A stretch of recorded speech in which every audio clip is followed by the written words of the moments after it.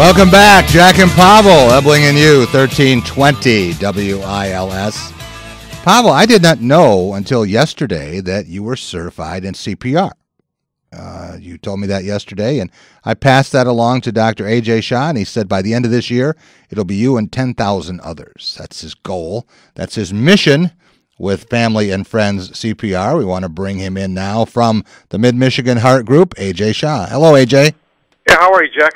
Just fine. Well, it's a little bit nasty out there, but I was over at your office about an hour ago, just before I headed in. So yes, you know, your magazine always impresses me. I mean, 150 best athletes. I mean, I haven't had a chance to look at the whole thing, but you do good work there. I really like it. Thank you very much. Yeah, I appreciate that, and we want to welcome in someone else that you speak very highly of. And that is Paul Dinkins, and he is a retired firefighter and a CPR instructor. Hello, Paul. How are you? Fine, Jack. How you doing today, sir? Just fine. Paul, let's start with you, and tell us when you became involved with CPR training and why it is so important to you. Well, I was a firefighter in a large southern city, Jacksonville, Florida, to tell you where it was, and we had a problem in the early days with ambulances chasing the going to wrecks, not ambulances, but the undertakers going to the wrecks. Right. And so they'd run into one another. So anyways, the mayor finally decided, he said, well, the fire department needs to take over the emergency service. So we started taking over, and that's where we started giving out. We started out with basic first aid, and as our city grew and developed, we went up from a mere about 13 fire stations to 50 fire stations and 50 rescue units, and we now have a system where almost everybody has access to a fire unit trained in CPR within about 4 minutes. And then we can get an advanced life support unit, a rescue unit, to them within about 8 or 10 minutes. We have come a long, long way, as you say, but for everyone to know CPR, or a vast majority of our population to know it, so that we can save that time it takes until the EMS unit gets there, what's the key, Paul? Well, the key is constant training. I was thinking about it today. When Dr. Shah asked me to talk to you about this, and I was saying that, you know, I've taught CPR probably 100 classes on it. Have actually performed actual CPR on a dozen or more victims through my career, and so I said, well, Doc, I know CPR, you know, but we never know fully CPR. CPR.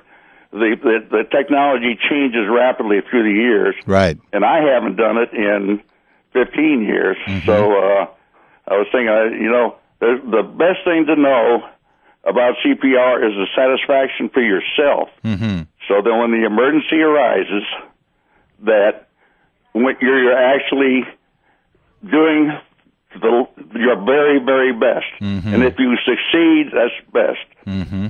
It has changed, as you say, over the years, and now, Aajay, it's all about compression, correct?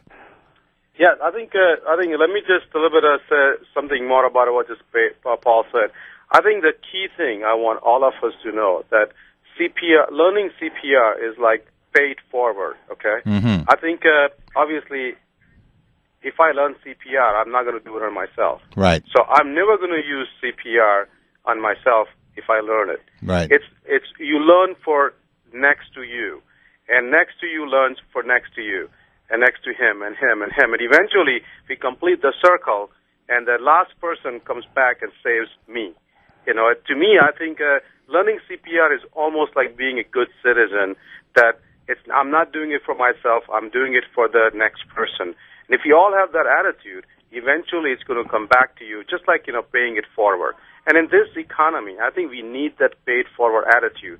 And we can start with, you know, obviously the most important thing, which is gift of life. And that's where I think this 10,000 people learning CPR comes down to, the paid-forward. So that's one thing. Second thing, like Paul said, in such a proper way that the technique has changed. And now we know how critical it is to do a constant compression. You know, breathing part is important, but the compression is the most important. And that's what I ask the people who have had a CPR training.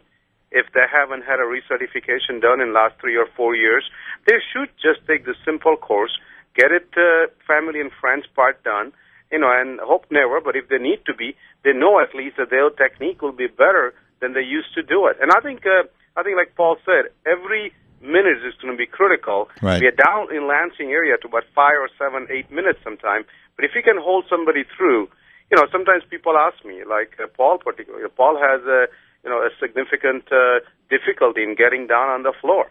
But he says that, Dr. Shah, if I have to do it for 5 minutes and if my back hurts, right, who cares? Because if I can save a life, some people say, but I'm so weak, I cannot do CPR. I said, how much do you weigh? And she said, well, what do you ask? I said, how much do you weigh? I said, well, I weigh 100 pounds. I said, I need only 50 pounds to do CPR. Why can't you just put your hands on a chest and just lean back and forth, and you are putting 100 pounds. I don't even want 100 pounds. I only half of you to get on the chest. Right. So even a weak person, even a person with no muscle, a person who can just even bend down there can do CPR. So I think the myth about I'm weak, myth about I cannot get down to the floor, those things are, in general, very rare. You know, obviously not 100% of people can do CPR. Right. But at the same time, most people should be able to learn CPR. You know, if they come and see me in the office, good chance they can do the CPR. If they're in a nursing home, bedridden with a stroke, we're not going to teach them CPR. Right. But if you're able to walk, drive, you should be able to learn CPR.